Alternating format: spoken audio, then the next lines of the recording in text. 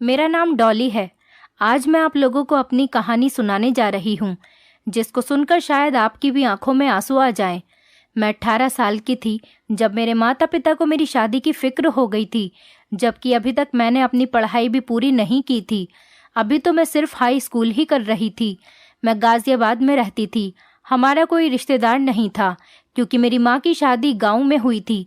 मेरे माता पिता के रिश्तेदार वहीं पर रहते थे।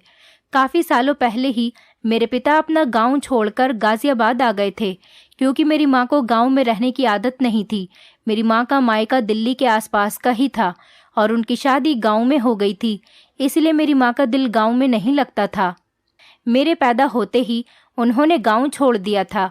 मेरे पिता गाजियाबाद में एक फैक्ट्री में मजदूरी किया करते थे। पिताजी की कमाई से बहुत ज़्यादा पैसे तो नहीं आते थे, लेकिन जितने भी आते थे हमारा घर का गुजारा अच्छे से हो जाता था। मैं अपने माता पिता की इकलौती औलाद थी। जैसे जैसे मैं बड़ी होने लगी तो मेरी माँ पिताजी से रोज़ कहती कि तुम्हारी फैक्ट्री वाली नौकरी की कमाई से अब घर नहीं चलता, तुम कोई और काम देख लो। तो उस पर मेरे पिताजी कहते कि अब इसके अलावा मुझसे इस उम्र में कुछ नहीं होता। तब जवानी थी और शरीर में जान थी। तब तुम्हारे कहने पर गांव की ज़मीन बेचकर मैं गाजियाबाद आकर रहने लगा था। अब गांव भी नहीं जा सकता, वहां पर क्या काम करूंगा। इसी बात को लेकर इन दोनों में हर रोज़ लड़ाई झगड़ा होता रहता था। माँ और पिताजी को इस तरह से लड़ता हुआ देखकर मेरा दिल पढ़ाई से भी हटता जा रहा था। पिताजी के अलावा घर में कोई और कमाने वाला नहीं था। मेरे पिता बेचारे अकेले ही इतनी मेहनत किया करते थे। मेरा दिल चाहता था कि मैं अपने पिता की मदद कर सकूं, लेकिन जब भी मैं कोई काम करने का कहती, माँ मुझे साफ इनकार कर देती कि बस अब मुझे तुम्हारी शादी करनी है। मुझे अपने पिता की बूढ़ी हड्डियों पर बहुत तरस आता था। मेरा दिल चाहता था कि मैं अपने पिता की मदद कर सकूं, लेकिन माँ के आगे हमेशा ही मैं मजबूर हो जाती थी। हमारे गाँव में शादी थी और हमें वहाँ से इन्विटेशन आया था। हमारे जितने भी रिश्तेदार थे सारे गांव में ही मौजूद थे। शादी मेरे बुआ के बेटे की थी, इसलिए वहां पर जाना भी ज़रूरी था। हम लोगों ने शादी में जाने की तैयारियां शुरू कर दी थीं। हमने अपनी पैकिंग भी कर ली थी। माँ पिताजी से कहने लगी कि इस बार गांव चलकर हमें अपनी बेटी डोली का रिश्ता भी तय कर देना है। वहां पर जाकर तुम्हें हमारी बेटी के रिश्ते की बात चलानी है। वहां जाकर कोई अच्छा रिश्ता मिल जाए तो बात पक्की कर देना। मुझे अपनी माँ की ये बात सुनकर बहुत हैरत हो रही थी। वो खुद तो सारी जिंदगी काम छोड़कर शहर में आकर रह रही थी और मेरे लिए वो गांव में रिश्ता ढूंढने जा रही थी। मैं अभी शादी नहीं करना चाहती थी। मैं पढ़ना चाहती थी। मैं चाहती थी कि मैं अपने पिता की परेशानियों को ख़त्म कर सकूं और कुछ बनकर हमारी जिंदगियों को आसान बना सकूं। मेरे पिता भी इस बात के लिए राज़ी हो गए थे। मैं शर्म की वजह से पिताजी के सामने तो कुछ नहीं बोल पाई थी, लेकिन पिताजी के जाते ही मैंने माँ को साफ साफ कह दिया कि मैं मर जाऊंगी, लेकिन गांव में शादी नहीं करूंगी और तुम गांव में जाकर मेरे रिश्ते की बिल्कुल भी कोई बात मत करना। ऐसा न हो कि बाद में आपको बेइज्जती का सामना करना पड़े। मैं यहाँ शहर में रहकर पढ़ लिख कर नौकरी करना चाहती हूँ और अपने पिता का सहारा बनना चाहती हूँ। मुझे अभी शादी की कोई जल्दी नहीं थी। 2 दिन बाद जब हम गाँव चले गए तो वहाँ जाने के बाद जब शादी निपट गई तो मेरे पिताजी ने अपने पड़ोस में रहने वाले मेरे पिताजी के दोस्त के बेटे के साथ ही मेरा रिश्ता तय कर दिया और वहाँ सब लोगों को ये खबर दे दी कि उन्होंने रिश्ता पक्का कर दिया है। मैंने लड़के को देखा तक नहीं था। शादी वाले घर में मौजूद औरतें बार बार मुझे देख रही थीं। ये सब मुझे बहुत अजीब लग रहा था और बहुत बुरा भी लग रहा था। फिर एक औरत कहने लगी कि ये मनीष की होने वाली पत्नी है। मुझे कुछ समझ नहीं आ रहा था। मैंने अकेले में अपनी माँ से बात की तो उन्होंने भी कहा कि तुम्हारा रिश्ता पक्का हो गया है, अब ज़्यादा बोलने की कोई ज़रूरत नहीं है। मुझे अपनी माँ की बात पर बहुत ज़्यादा गुस्सा आया था और मैं कमरे में जाकर खूब रोई थी कि मुझे अभी शादी नहीं करनी, लेकिन मेरे माता पिता तो ज़बरदस्ती मेरी शादी करवाना चाह रहे थे। किसी ने मेरी एक न सुनी। गाँव में मेरा बिल्कुल भी दिल नहीं लगता था। मैं जितने भी दिन यहाँ पर रही उदास ही रही थी। अपने पिता के सामने बोलने की तो मेरी हिम्मत ही नहीं थी, इसीलिए ना चाहते हुए भी इस रिश्ते को एक्सेप्ट करना पड़ा था। लेकिन वो लड़का कौन है, कैसा है, ये मेरा जानना इतना ज़रूरी नहीं था, क्योंकि मुझे शादी में कोई इंटरेस्ट नहीं था। मेरे घर वाले ज़बरदस्ती मेरी ये शादी करवा रहे थे। मेरी बुआ के बेटे की शादी ख़त्म हो गई तो हम लोग वापस अपने घर आ गए थे। यहाँ पर हर रोज़ मेरी माँ पिताजी से मेरी शादी के इंतज़ाम के बारे में कहती रहती थी। ये बातें सुनकर मेरे पिता परेशान हो जाते थे और उनके चेहरे पर परेशानी भरे एक्सप्रेशन देखकर मेरा दिल बहुत दुखता था। मेरे पिता गरीब थे और मेहनत मजदूरी करके घर का खर्चा चलाते थे, लेकिन फिर भी ना जाने क्यों उन दोनों को मेरी शादी की इतनी जल्दी आ रही थी। मेरे पिता की कमाई से कुछ भी नहीं जुड़ पा रहा था, तो इसीलिए वो दिन ब दिन और ज़्यादा परेशान रहने लगे थे। एक दिन मेरे पिता ने माँ को बताया कि उनके कुछ दोस्त विदेश पैसे कमाने के लिए जा रहे हैं, क्यों ना मैं भी उनके साथ विदेश चला जाऊं और वहां जाकर मैं तुम लोगों को पैसे भेजता रहूंगा। तुम मेरी बेटी का दहेज जोड़ लेना। मैंने जब पिताजी की ये बात सुनी तो मैंने फौरन ही उनको विदेश जाने के लिए मना कर दिया कि पिताजी को इस उम्र में किसी की भी खातिर बाहर जाने की कोई ज़रूरत नहीं है। अगर वो लोग मुझे एक्सेप्ट करना चाहते हैं तो ऐसे ही करें। अगर दहेज लेकर शादी करना चाहते हैं तो मैं आप लोगों के घर में ही ठीक हूँ, मुझे नहीं जाना शादी करके। ये सुनकर माँ को गुस्सा आ गया और वो मुझसे कहने लगी कि तू कौन होती है बड़ों के बीच में बोलने वाली। पिताजी ने माँ को चुप कराया और मेरे करीब आकर मेरे सर पर हाथ रखा और मुझे समझाने लगे कि बेटी की शादी करना तो हर माता पिता का फर्ज होता है, इसलिए माता पिता अपनी बेटी को ज़रूरत का सामान दहेज के रूप में देते हैं। तुम डरो मत और मेरी फिक्र मत करो, मैं 1-2 साल में वापस आ जाऊंगा। मेरे पिता ने मुझे चुप होने पर मजबूर कर दिया था, लेकिन मेरी माँ को पिताजी के विदेश जाने की बहुत खुशी थी, क्योंकि पिताजी वहाँ से बहुत सारे पैसे भेजने वाले थे। कुछ दिनों बाद ही पिताजी के विदेश जाने की तैयारी पूरी हो गई थी। गांव से भी कुछ लोग आए थे जो पिताजी के साथ विदेश जा रहे थे। सब लोग मिलकर विदेश के लिए रवाना हो गए थे। पिताजी को इतने सालों के लिए जाता हुआ देखकर मेरी आंखों से आंसू नहीं रुक रहे थे। मैं अपने पिता से बहुत प्यार किया करती थी। कहते हैं ना कि बेटियां तो पिता की लाडली होती हैं, कुछ ऐसा ही मेरे साथ भी था। मैं अपने पिता की लाडली थी और इस दुनिया में सबसे ज़्यादा प्यार मैं अपने पिता से करती थी और वो भी मुझसे बहुत प्यार करते थे।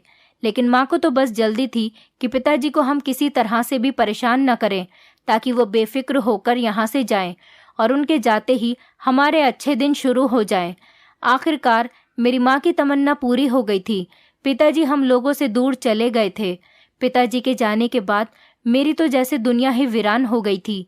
घर की सारी रौनक मेरे पिता से ही थी। मैं बहुत उदास रहने लगी थी। पिताजी के जाते ही माँ ने मेरा कॉलेज जाना भी छुड़वा दिया था और कहती थी कि अब बस बहुत हो गई पढ़ाई, अब तो तुम्हारी शादी की तैयारियां शुरू करना चाहती हूँ। मैं माँ से कहती थी कि माँ, जब तक पिताजी नहीं आ जाते तब तक तो मुझे पढ़ने दो। माँ ने कहा कि तेरे बाप के आने तक कौन रुकेगा, वो जैसे ही पैसे भेजेंगे मैं तेरी शादी की डेट फिक्स कर दूंगी। 2-3 साल तक तो मैं तेरा खर्चा नहीं उठा सकती और ना ही मैं तुझे पढ़ा सकती हूँ। मैं माँ से लड़ने लगती थी कि क्या मतलब है, मेरा खर्चा नहीं उठा सकती। पिताजी के आने तक मैं इस घर से कहीं भी नहीं जाऊंगी। ये मेरे पिता का घर है और किसी के बाप में इतनी हिम्मत नहीं जो मुझे यहाँ से निकाल सके। ये बात सुनकर मेरी माँ को मुझ पर बहुत ज़्यादा गुस्सा आया। उन्होंने मुझे इतना मारा कि 2 दिन तक मेरा शरीर दर्द करता रहा। पिताजी के घर से निकलते ही माँ के तो जैसे पर निकल आए थे। उन्होंने मेरी पढ़ाई भी छुड़वा दी थी और सारे घर का काम मेरे सर पर डाल दिया था। खुद तो बस मोहल्ले के घरों के चक्कर काटती रहती थी, कभी इस घर के तो कभी उस घर के। बस तैयार होकर घर से निकल जाती थी। दोपहर को आकर खाना खा लेती और उसके बाद थोड़ा आराम करने के बाद फिर शाम के टाइम पर पड़ोस के घरों में जाकर बैठ जाया करती थी और मैं सारा दिन घर में अकेलेपन का शिकार होती रहती थी। माँ को घूमने फिरने से ही फुर्सत नहीं थी। घर से लेकर बाहर तक के सारे काम अब मैं करने लगी थी। घर में खाना बनाना और घर में जब खाना बनाने के लिए राशन खत्म हो जाता था उसकी जिम्मेदारी भी मुझ पर ही थी। एक दिन मैं घर का सामान लेने के लिए बाजार जा रही थी। एक लड़के की दुकान हमारे गली के नुक्कड़ पर ही थी। उस दुकान पर लड़का बैठा हुआ था। वो लड़का नज़र भरकर मुझे देख रहा था। जैसे ही मेरी नज़र उस पर पड़ी मैंने देखा कि वो मुझे घूर रहा था। उसके बाद मैं जब मार्केट से वापस आई तो तब भी वो मुझे ही देख रहा था। बड़ी मुश्किल से मैंने उससे अपनी नज़रें चुराईं और अपना सामान लेकर घर वापस लौट आई थी। वो घर तक मुझ पर नज़र रखे हुए था। मैंने फ़ौरन ही अंदर जाकर गेट बंद कर लिया। जब भी मैं घर से निकलती थी वो मुझे अजीब अजीब नज़रों से देख रहा होता था। उसके बारे में मैं अपनी माँ से भी कुछ नहीं कह सकती थी। माँ तो ये बात सुनते ही मेरा जीना दुश्वार कर देती। तंग आकर मैंने घर से बाहर निकलना तक छोड़ दिया था। वो लड़का जब भी मैं घर से बाहर निकलती तो अपनी दुकान पर बैठा हुआ मुझे गौर गौर से देखता था। अब तो आने जाने वाले लोगों को भी शक होने लगा था। एक दिन मैं घर की छत पर खड़ी हुई थी तो उसने मुझे इशारा करते हुए एक कागज पर कुछ लिखकर मेरी तरफ फेंक दिया। मैं घबरा गई। मुझे बहुत ज्यादा डर लग रहा था, लेकिन उस कागज को पढ़े बिना मुझे सुकून भी नहीं आ रहा था। मैंने उस कागज को उठाकर खोला तो उसने उस कागज के थ्रू मुझे प्रपोज किया था। उसमें लिखा हुआ था, मैं कोई बुरा लड़का नहीं हूँ, बस तुम मुझे इतनी पसंद आ गई हो कि दिल के हाथों मजबूर होकर मैंने ये कदम उठाया है। एक बार बात करने का मौका दे दो, अगर फिर तुम जो कहोगी मैं वो करूँगा। मैं तुम्हारी खातिर कुछ भी करने के लिए तैयार हूँ। मैंने सोचा इससे जान छुड़ाने का कोई और अच्छा तरीका नहीं है। मैंने सोचा उसे बता दूंगी कि मेरी एंगेजमेंट हो चुकी है तो उसका दिल खुद ही टूट जाएगा और वो मायूस होकर यहाँ से चला जाएगा और मेरा पीछा भी छोड़ देगा। मैंने एक दिन माँ के घर से निकलते ही मौका पाकर उसे इशारे से घर के अंदर बुला लिया और उसके अंदर आते ही मैंने झट से दरवाजे को अंदर से बंद कर लिया। वो तो बुरी तरह से कांप रहा था। मैं लड़की थी, लेकिन मुझसे ज्यादा उसे डर लग रहा था। मैंने उसे रिलैक्स होने को कहा और कहा कि बताओ तुम मुझसे क्या बात कहना चाहते हो। तो उसने कहा कि जिस दिन से उसने मुझे देखा है दिल के हाथों मजबूर होकर रह गया है। न दिन को सुकून मिलता है न रात को चैन। रात रात भर इसी इंतजार में गुजार देता है कि कब दिन निकले और वो मेरा दीदार कर सके। उसने कहा कि डॉली, मुझे गलत मत समझना, मैं तुम्हारा नाम और तुम्हारे बारे में अच्छी तरह से जानता हूँ। मैं कोई धोखेबाज और झूठा इंसान नहीं हूँ, लेकिन मोहब्बत तो मोहब्बत है, हो ही जाती है, और जिससे हो जाती है इंसान उसके हाथों मजबूर हो जाता है। मैंने उससे कहा कि तुम मेरे बारे में सब कुछ जानते हो, लेकिन शायद ये नहीं जानते कि मेरा रिश्ता लगा हुआ है। मेरी शादी मेरे पिता के दोस्त के बेटे के साथ हो रही है और मैं यहाँ से शादी होने के बाद गाँव चली जाऊंगी। मेरा ससुराल गाँव में ही है। मैं अपने माता पिता की इज्जत का बहुत ख्याल करती हूँ।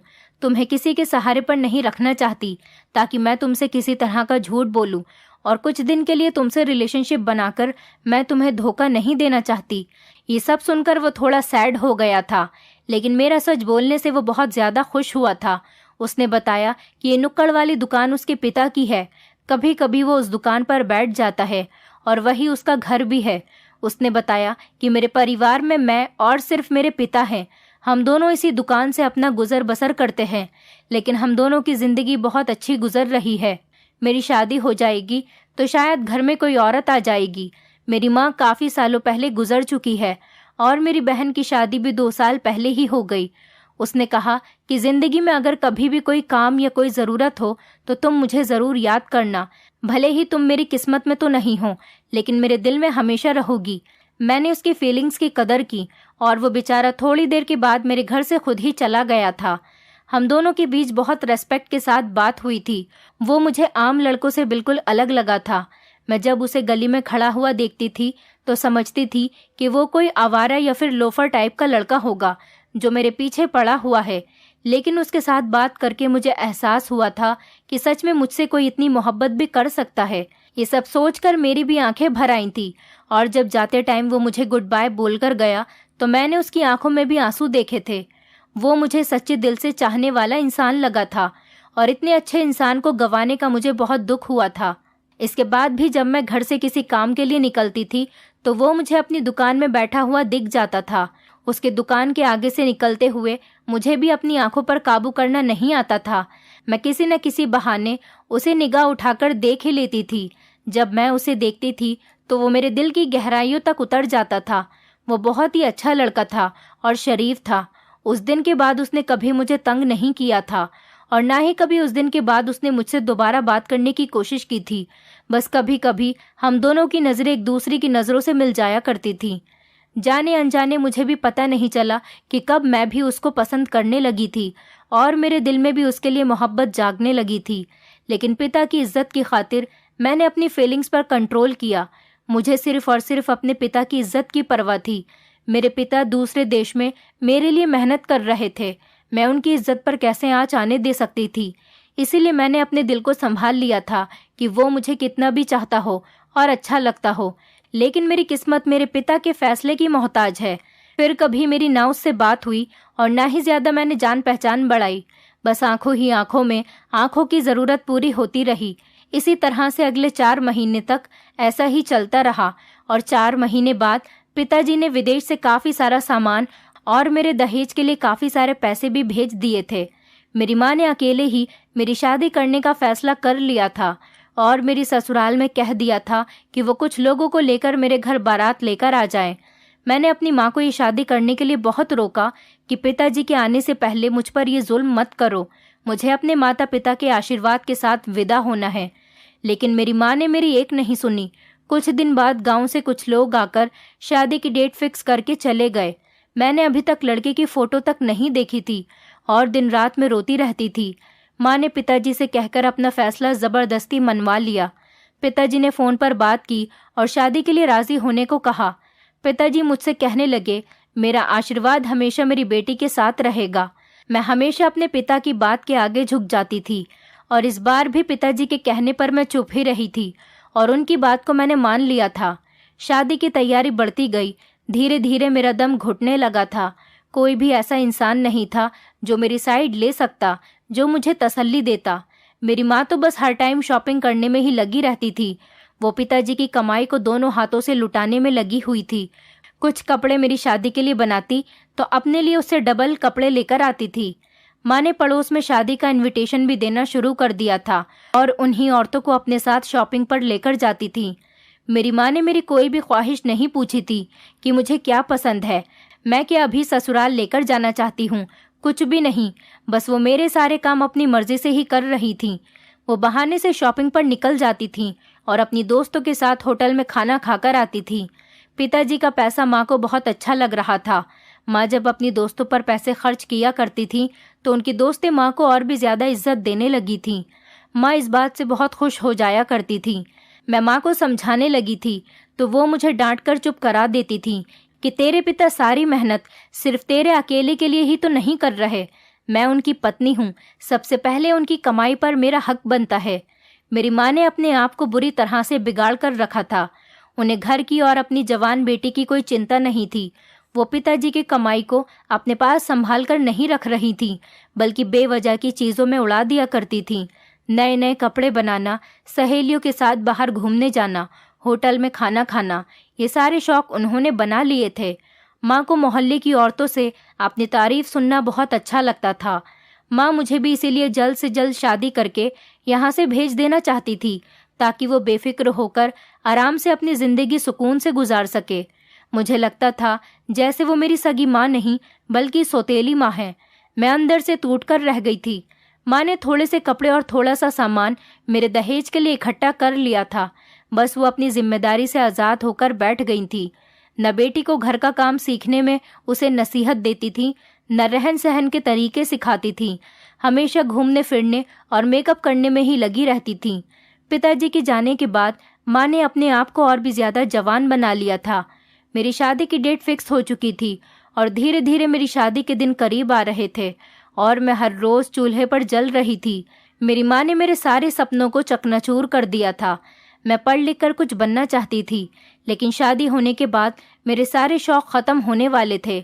मेरी माँ को न मेरे आराम का कुछ ख्याल था, न ही मेरी शादी की कोई ज्यादा फिक्र थी। माँ कहती थी कि गांव के लोग ज्यादा मेकअप वगैरह नहीं जानते, इसलिए तू जैसी है वैसी ही ठीक है, तुझे कुछ भी करने की कोई जरूरत नहीं है। वैसे भी तू खूबसूरत है, तेरे पति ने तुझे ऐसे ही पसंद कर लिया है। ये सब सुनकर मेरा दिल टूट जाता था कि जब उनको किसी बात का पता ही नहीं है तो मेरा रिश्ता गांव में क्यों किया था। कभी कभी तो मेरा दिल चाहता था कि मैं रितेश के साथ भाग जाऊं। रितेश जो मुझसे बहुत प्यार करता था, लेकिन पिताजी का ख्याल हर टाइम मुझे रोक लेता था। शादी से पहले मैं आखिरी बार रितेश से मिलकर उसके साथ बातें करके अपने दिल का सारा बोझ उतारना चाहती थी, क्योंकि मुझे लगता था अकेला दुनिया में वही एक ऐसा इंसान है जिसे मेरी परवाह है, जिसके लिए हर चीज से बढ़कर सिर्फ मैं हूँ। एक दिन माँ के घर से जाने के बाद मैं भी घर में लॉक लगाकर चुपचाप रितेश की दुकान पर चली गई और मैं उसके दुकान पर चढ़ गई थी। मुझे देखकर वो फौरन उठकर खड़ा हो गया था। वो मुझे देखकर बहुत खुश हुआ था। उसके चेहरे की खुशी साफ बता रही थी कि वो मुझसे कितनी मोहब्बत करता है। फिर मैंने लेटर उसे दे दिया।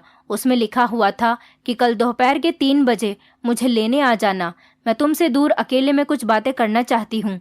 वो लेटर उसने बिना पढ़े अपनी जेब में डाल लिया था और मैं वापस अपने घर चली गई। रोज माँ 3 बजे अपनी दोस्तों के साथ कहीं ना कहीं जाया करती थी। माँ घर से चली गई थी और मैं अकेली थी, इसलिए दिल के सारे बोझ उतारना चाहती थी।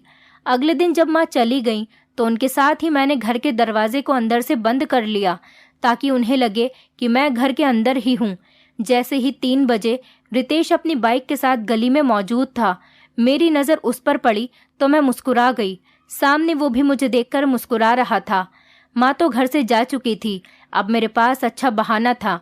मैंने रितेश को इशारा करके रुकने के लिए कहा और अपने फेस को दुपट्टे से अच्छी तरह से कवर कर लिया था ताकि मुझे कोई पहचान न सके। वैसे भी माँ को तो अब शाम के टाइम ही वापस आना था। मुझे डर था कि कहीं कोई मुझे उसके साथ पहचान न ले, इसलिए मुझे अपना चेहरा छुपाना ज़रूरी था। मैं थोड़ी दूर पैदल चलकर जाने के बाद उसके साथ बाइक पर बैठ गई। जिंदगी में पहली बार मैं किसी अनजान लड़के के साथ बाइक पर बैठी थी। उसने बाइक स्टार्ट करते टाइम मुझसे संभल कर बैठने को कहा और मैंने अपना एक हाथ उसके कंधे पर रख लिया था। वो बहुत खुश हो गया था और फिर हम बहुत दूर तक चलते जा रहे थे। थोड़ी देर के बाद उसने बाइक एक रेस्टोरेंट के सामने रोक दी। उसके बाद हम रेस्टोरेंट के अंदर चले गए। वहाँ पर काफ़ी सारे लोग बैठे हुए थे, लेकिन कोई भी हमें नहीं जानता था। हम दोनों एक कोने की जगह पर चेयर पर बैठ गए और रितेश ने 2 कोल्ड ड्रिंक ऑर्डर कर दी। काफ़ी देर तक तो हम दोनों खामोशी से बैठे रहे। न हम दोनों में कोई रिश्ता था, न ही किसी तरह के रिश्ते की कोई उम्मीद थी, लेकिन फिर भी हम दोनों साथ निकल आए थे क्योंकि कुछ भी नहीं था, लेकिन दोनों के दिलों में मोहब्बत फिर भी थी। वेटर भी इतनी देर में कोल्ड ड्रिंक लेकर आ गया था। रितेश ने मुझसे कहा कि अगर तुम कुछ और खाना चाहती हो तो मैं तुम्हारे लिए ऑर्डर कर देता हूँ। मैंने कहा नहीं, मैं कुछ नहीं खाना चाहती। हम दोनों की बात इसी तरह से शुरू हुई थी। मैंने कहा कि रितेश, शायद ये इस तरह से आज हमारी पहली और आखिरी मुलाकात होगी और फिर 4 दिन बाद मैं हमेशा के लिए किसी और की बन जाऊंगी। लेकिन इससे पहले मैं अपने दिल का बोझ उतारना चाहती थी और तुम्हें सच्चाई बताना चाहती थी कि तुम्हारी मोहब्बत सिर्फ एक तरफा नहीं है। रितेश, तुम्हारी मोहब्बत में इतनी ताकत थी कि मैं भी तुमसे मोहब्बत करने पर मजबूर हो गई हूँ, लेकिन किस्मत ऐसी है कि तुम मेरी ज़िंदगी में मेरा रिश्ता हो जाने के बाद आए हो। अगर तुम पहले आ जाते तो मैं सारी दुनिया से लड़कर भी तुम्हारे अलावा किसी से रिश्ता नहीं जोड़ती, लेकिन अब मैं क्या करूं? मेरे पिताजी मेरी शादी की खातिर दूसरे देश में दिन रात मजदूरी कर रहे हैं। अब मैं कैसे उनकी ये सारी मेहनत बर्बाद करके उनको बेइज्जत कर दूं, क्योंकि वो अपने गांव में ज़बान देकर आए हैं। रितेश, जो मेरी बातें सुनकर बिल्कुल बिखर कर रह गया था, उसे मुझसे मिलकर जितनी खुशी थी और मैंने उसे अपनी मोहब्बत का इजहार किया है, उसे उतना ही ज्यादा दुख भी हुआ था कि वो मुझे हासिल नहीं कर सकता था। फिर भी वो बेचारा अपने आप को बड़ी मुश्किल से संभाल रहा था और मुझे तसल्ली दे रहा था कि दुनिया में हर कोई अपनी मोहब्बत को हासिल नहीं कर सकता। बस हम दोनों के लिए इतना ही काफ़ी होना चाहिए कि हमने मोहब्बत कर ली। ये बात सुनकर मैं टूटकर रोने लगी थी। वो मुझे चुप करने की 1000 कोशिश करता रहा और फिर खुद भी रो पड़ा था। उस दिन हमने ज़िंदगी की बहुत सारी बातें एक दूसरे से शेयर की थी और इस वादे पर एक दूसरे से अलग हुए थे कि ज़िंदगी में अगर कभी भी हम दोनों को एक दूसरे की ज़रूरत पड़ी तो कहने से कभी भी नहीं घबराएंगे। उसने मुझसे कहा कि जितना भी वक्त गुजर जाए, हमेशा तुम्हारी ज़रूरत मेरी पहली जिम्मेदारी होगी। कुछ दुख, कुछ हंसी, कुछ मजाक की बातें करते हम दोनों ने वो दिन बहुत अच्छे तरीके से गुजारा था। वहीं रेस्टोरेंट में बैठकर हम दोनों ने खाना भी खाया था और फिर वो मुझे घर छोड़ने आया था। मेरा बहुत मन कर रहा था कि एक बार वो फिर से अंदर आ जाए, लेकिन इस बार वो नहीं माना था और मुझे छोड़कर ही चला गया था। मैं बस आज के दिन की खूबसूरत यादें दिल में लेकर वापस आ गई थी और शादी की तैयारी पूरी हो चुकी थी। देखते ही देखते शादी का दिन भी आ गया था। मेरी बारात आई और मेरी शादी हो गई। मैंने पहली बार अपने होने वाले पति को अपनी शादी वाले दिन देखा था, जो अब मेरा पति बन चुका था। वो कोई ज़्यादा अच्छा नहीं था, बस नॉर्मल सी शक्ल वाला गांव में रहने वाला ही लग रहा था। लेकिन अपने माँ बाप की पसंद के आगे मैंने हार मान ली थी। अब तो मेरी शादी हो चुकी थी। मैं किसी से क्या कह सकती थी? जिस तरह मेरे लिए ये सब नया नया था, इसी तरह वो भी कोई ख़ास मुझ पर ध्यान नहीं दे रहा था। बस दोनों के ही माता पिता का फैसला था जो हम दोनों को मानना पड़ा था। मैं विदा होकर अपने माता पिता का घर छोड़कर चली गई। माँ तो अभी अपने कामों में ही बिजी थी। उन्हें मेरे जाने पर भी कोई खास दुख नहीं हुआ था। पिताजी से मैंने वीडियो कॉल पर बात कर ली थी, वो भी वहाँ पर बहुत रो रहे थे। मैं दूल्हे के साथ गाड़ी में बैठी और सारे रास्ते रोती ही रही थी। उसने मुझे एक शब्द तसल्ली का भी नहीं बोला था। मेरी सास मुझे बार बार चुप कराए जा रही थी। गांव पहुंचकर मैंने अपने पिता के फैसले का मान रखते हुए पत्नी होने के सारे हक निभाए थे। घर और ससुराल के लोगों के साथ अच्छे तरीके से बर्ताव किया था। मुझे ऐसी जिंदगी की आदत तो नहीं थी, लेकिन फिर भी खुद को ससुराल वालों की आदत में ढालने की कोशिश कर रही थी। मेरे पति को मुझ में कोई खास इंटरेस्ट नहीं था। मैं भी उसी में खुश थी कि बस वो मुझे इज्जत देता रहे।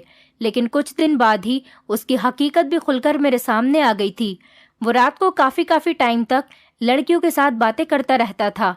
वो मुझे इतना हक जताने ही नहीं देता था कि उसके साथ लड़ती या उसको इस गलत काम के लिए रोकती। उसे मेरी कोई परवाह ही नहीं थी। बस घर वालों ने ही मुझे घर का हिस्सा बना लिया था।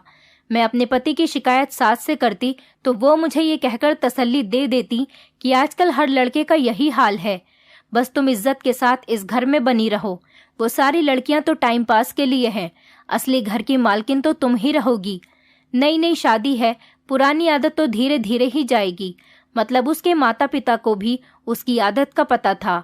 मेरी शादी को 4 महीने हो चुके थे और 4 महीने बाद ही मैं प्रेग्नेंट हो गई थी। सास तो मुझसे बहुत प्यार करती थी और जब से उन्हें पता चला था कि मैं प्रेग्नेंट हूँ, तब से उन्होंने मेरे हर नखरे उठाना शुरू कर दिया था।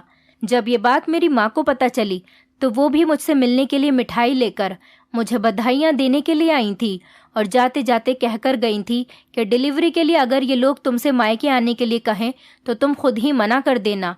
कह देना वहाँ पर मेरी माँ अकेली है, यहाँ पर तो तुम्हारा पूरा ससुराल भरा हुआ है, हर कोई जिम्मेदारी उठाने वाला है, वहाँ कौन है जो तुम्हें संभालेगा। मैं अपनी माँ की बात को अच्छी तरह से समझ गई थी। उनका मतलब था कि वो मुझे मायके आने से रोक रही थी। मैं जो शादी के बाद से सब्र के घूंट पी रही थी, ये भी चुपचाप बर्दाश्त कर गई। प्रेगनेंसी के दिनों में मेरे पति ने मुझ पर थोड़ा बहुत ध्यान देना शुरू कर दिया था। वो भी ख्याल रखता था। अब मेरे सामने फ़ोन भी नहीं करता था ताकि मुझे दुख ना पहुँचे। मैं उसकी इसी बात से खुश हो गई थी। महीने गुजरने लगे तो सास बहुत सारी तैयारियां करने लगी थी। फिर मेरी सास ने वही बात कह दी थी जिसका मुझे डर था। मेरी सास ने कहा कि डिलीवरी के लिए हम तुम्हें शहर लेकर चले जाएंगे। तो मुझे अपनी माँ की कही हुई बात याद आ गई थी। मैंने अपनी सास को रोक लिया और उनसे कहा कि गांव की बाकी औरतों की तरह मैं भी घर में ही डिलीवरी करवाना चाहती हूँ। मेरी सास को मेरी इस बात पर बहुत हैरत हुई थी कि मेरी पहली बार डिलीवरी हो रही है, इसीलिए उन्होंने मुझे अस्पताल जाने के लिए कहा था। उन्होंने मुझसे कहा था कि तुम्हें डर तो नहीं लगता। मैंने बस नहीं कहकर बात को ख़त्म कर दिया था। गांव में दाई से ही मेरा बच्चा पैदा हो गया था। मैंने एक प्यारे से बेटे को जन्म दिया था। बच्चे को जन्म देने के कुछ दिन बाद ही मैंने नोटिस किया कि मेरा पति दोबारा से फ़ोन पर बातें करता है जैसे पहले किया करता था। वो रोज़ रोज़ किसी न किसी से फ़ोन पर बातें करता रहता था। जब मेरा बेटा पैदा हुआ था तो मेरी माँ कुछ दिन के लिए मेरे पास रहने के लिए आ गई थी। मैंने अपनी माँ को जब अपने पति के बारे में बताया तो उन्होंने मुझसे कहा कि तुम्हारा पति बहुत अच्छा इंसान है, उस पर शक मत किया करो और कभी भी इस शक की वजह से लड़कर मेरे घर पर मत आना। मैं तुम्हारी कोई शिकायत नहीं सुनना चाहती। अपना घर बसाओ और अपने परिवार में सुखी रहो। कुछ दिन रहने के बाद माँ ये कहकर चली गई कि मुझे गाँव में रहने की आदत नहीं है। जब मेरा बेटा 6 महीने का हो गया तो मेरी सास ने मुझे दवाइयाँ खिलानी शुरू कर दी ताकि मैं दोबारा से प्रेग्नेंट हो जाऊं। पोता मिल जाने पर मेरी सास बहुत ज़्यादा खुश थी और चाहती थी कि जल्दी से उनको एक और पोता मिल जाए। पहले बच्चे को तो मैं ठीक से नहीं संभाल सकती थी और मैं कुछ ही महीनों बाद फिर से प्रेग्नेंट हो गई। मैं बहुत मुश्किल वक्त से गुजर रही थी। फिर अचानक एक पहाड़ मुझ पर टूट पड़ा जब पता चला कि मेरे पिता की विदेश में मौत हो चुकी है। ये दुख मेरे लिए नाकाबिले बर्दाश्त था। मैं जल्दी से ही अपने थोड़े बहुत कपड़े लेकर अपनी माँ के घर पहुँच गई। मुझे लगा इस टाइम पर मेरी माँ को मेरी ज़रूरत होगी। जब मैं अपने घर पहुँची तो माँ की हालत तो बिल्कुल ठीक थी। अगले दिन विदेश से मेरे पिता की डेड बॉडी आ गई थी। तब मैंने अपनी माँ को रोते हुए देखा था। मुझे भी कोई होश नहीं था। मेरे बेटे को मेरी सास ने ही संभाला हुआ था। 1-2 दिन के लिए वो भी हमारे घर पर ही रुक गई थी। चौथे दिन मेरी सास घर वापस चली गई, 9 महीने के बच्चे के साथ और 3 महीने की प्रेगनेंसी। बड़ा मुश्किल टाइम गुजर रहा था। पिताजी की मौत को 2 महीने हो गए थे, लेकिन मेरा पति मुझे लेने के लिए नहीं आया था। मैं खुद उससे ले जाने को कहती तो वो मुझे मना कर दिया करता था। कहता था कि बच्चे की डिलीवरी तक अपने मायके में ही रह लो। लेकिन इधर मेरी माँ ने मेरा जीना दुश्वार कर रखा था कि अब हमारे यहाँ कोई कमाने वाला नहीं है, अब जल्दी से वापस अपने घर चली जाओ। जैसे तैसे बर्दाश्त करके उन्होंने मेरे 9 महीने घर पर पूरे करवा दिए थे। डिलीवरी का टाइम आया तो दूसरी मेरी बेटी पैदा हुई थी। ससुराल में से कोई भी मेरी बेटी को देखने तक नहीं आया था। मैं 2-2 बच्चों को एक साथ अपना दूध पिलाती थी। इसके अलावा और कोई चारा नहीं था। मेरे बेटे के लिए कोई दूध तक लेकर आने वाला नहीं था। माँ कहती कि इसके पिता से इसका खर्चा मंगवाओ, और मैं अपने पति से कहती तो वो कहता कि अभी यहाँ पर वापस मत आना, बेटे का ख्याल वहीं शहर में रहकर रख लो, कुछ दिन बाद आकर मैं खुद तुम्हें ले जाऊंगा। वो मुझे टालता जा रहा था, लेकिन अब मैं खुद ही अपने दोनों बच्चों को लेकर गांव चली गई। गांव जाकर देखा तो ये देखकर हैरान हो गई थी कि मेरे पति ने अपनी गर्लफ्रेंड से शादी कर ली थी और मेरे हाथ में तलाक के पेपर्स थमाकर कह दिया था कि इस घर में तुम्हारे लिए कोई जगह नहीं। मैं अपने दोनों बच्चों को लेकर वापस शहर आ गई थी। अब मेरे पास और कोई चारा ही नहीं बचा था। तलाकशुदा होकर मैं दोबारा अपनी माँ के पास वापस आ गई थी। मेरी माँ ने इधर खूब हंगामा कर दिया कि तेरी ही गलती होगी, तभी तो तेरे पति ने दूसरी शादी कर ली और तुझे अपने पति का घर नहीं छोड़ना चाहिए था और ना ही इधर रहने के लिए आना चाहिए था। जिस पिता की खातिर मैंने ये सब बर्दाश्त किया वो भी जिंदा नहीं रह सके।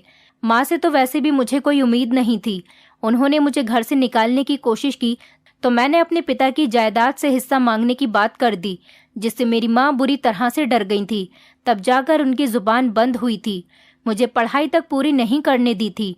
अगर मैं पढ़ी लिखी होती तो कोई जॉब ही कर लेती। अपने बच्चों के सो जाने के बाद मैं नौकरी की तलाश करने के लिए घर से निकल जाती थी। इस तरह से मैंने बहुत सारे धक्के खाए, तब जाकर मुझे नौकरी मिली थी। मुझे एक बड़ी कंपनी में साफ सफाई करने की नौकरी मिल गई थी। मुझे यही नौकरी मिल सकती थी क्योंकि मैं इतनी ज़्यादा पढ़ी लिखी नहीं थी कि मुझे कोई अच्छी नौकरी मिल सकती। वहाँ पर नौकरी करते हुए मुझे 3 महीने गुजर गए थे। मैं अपने बच्चों को माँ के हवाले करके आ जाती थी। माँ मेरे बच्चों का कोई खास ध्यान तो नहीं रखती थी, लेकिन जब उनको पैसों का लालच हुआ तो वो मेरे बच्चों का ख्याल रखने लगी थी। मैंने अभी तक कंपनी के मालिक को नहीं देखा था। एक दिन जब मैं मालिक के ऑफिस में सफाई करने गई तो ये देखकर हैरान रह गई कि कंपनी का मालिक और कोई नहीं बल्कि रितेश था। मैंने ऑफिस में रितेश की लगी हुई तस्वीर को देखा था। मुझे लगा कि शायद ये तस्वीर किसी ने ऐसे ही लगा दी होगी, लेकिन मुझे वहाँ के लोगों से पता लगा कि यही तो इस कंपनी के मालिक हैं। अब मुझे रितेश से मिलने की बहुत चाहत होने लगी थी क्योंकि मैंने उसे 2 साल बाद फोटो में देखा था।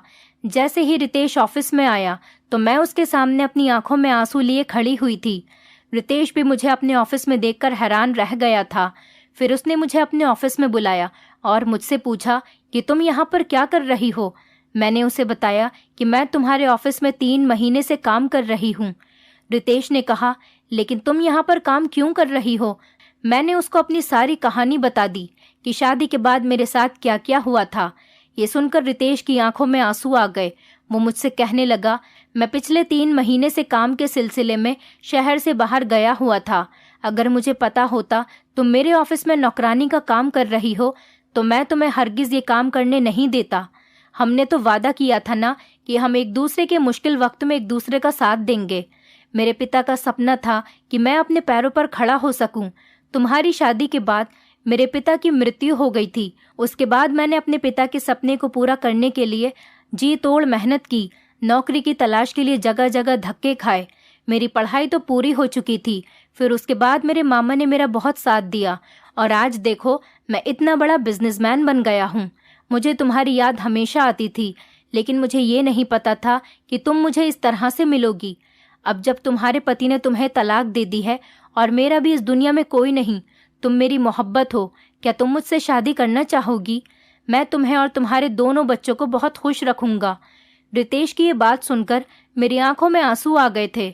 मैंने बिना कुछ सोचे समझे रितेश से शादी के लिए हाँ कर दी थी, क्योंकि मैं अब दोबारा से रितेश को खोना नहीं चाहती थी। मैंने अपनी माँ से पूछकर रितेश से शादी कर ली।